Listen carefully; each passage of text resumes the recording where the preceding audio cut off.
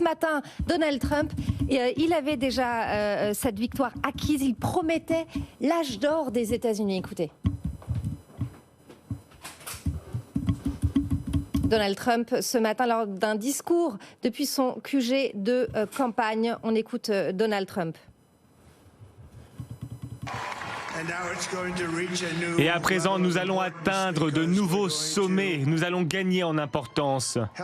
En effet, nous allons aider à guérir notre pays. Nous allons prendre soin de notre pays qui a besoin d'aide. Il a énormément besoin d'aide. Nous allons réparer la frontière. Nous allons tout réparer. Ça va être l'âge d'or des États-Unis. Voilà ce qui va se passer. Alors, en attendant l'âge d'or des États-Unis, on est aussi en plateau avec Antoine Larigauderie pour faire un point sur les réactions des marchés au moment de l'annonce de cette élection de Donald Trump. Réactions sur les futurs à Wall Street, sur les cryptos, sur le dollar, sur le marché obligataire. Comment ça se passe? Alors, ça se passe plutôt bien, hein. Il faut dire que depuis 2-3 semaines, on est en plein Trump trade, hein, on l'a beaucoup dit. C'est vraiment... On a des marchés financiers, aussi bien du côté des États-Unis que du côté de l'Europe, qui ont misé sur une victoire de Donald Trump. Et ce, malgré les sondages. Et alors, ça se voit, on voit que la matinée se passe bien du côté des marchés européens. On a en particulier un CAC 40 qui gagne 1,19%.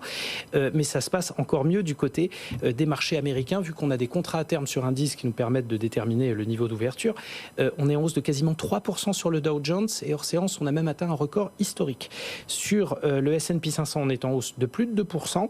Et alors, surtout, l'indice des petites et moyennes valeurs du côté des États-Unis, dont Donald Trump fait grand cas, qui est en hausse de 6,5%. Donc on voit que la réaction est vraiment forte. On voit la volatilité dégringoler aussi parce que y a une prime de risque qui est directement évacuée des marchés. Et puis il y a certains actifs qu'on regarde un petit peu plus, en particulier Trump Media, son fameux réseau social qui est coté en bourse. Alors là, le titre gagne 35% en avant-marché. On a Tesla aussi en très forte hausse, plus 14,4% avec Elon Musk qui est un petit peu consacré comme proche conseiller économique de la présidence. Et puis on a également des réactions, et ça vous le disiez, très intéressantes, sur le taux à 10 ans américain, mais alors qui flambe, 4,45%. On était à 4,2, 4,3 hier. Donc ça, c'est un petit signal orange à Donald Trump en disant faites gaffe à ce que vous allez faire quand même. Et puis, par essence, on a un dollar qui suit le mouvement, qui s'est bien redressé par rapport à l'euro. Et on a en ce moment un euro qui cote à 1,0734. On était plus proche d'1,09. Donc on voit des réactions un petit peu épidermiques. On voit que ça se calme aussi du côté du pétrole.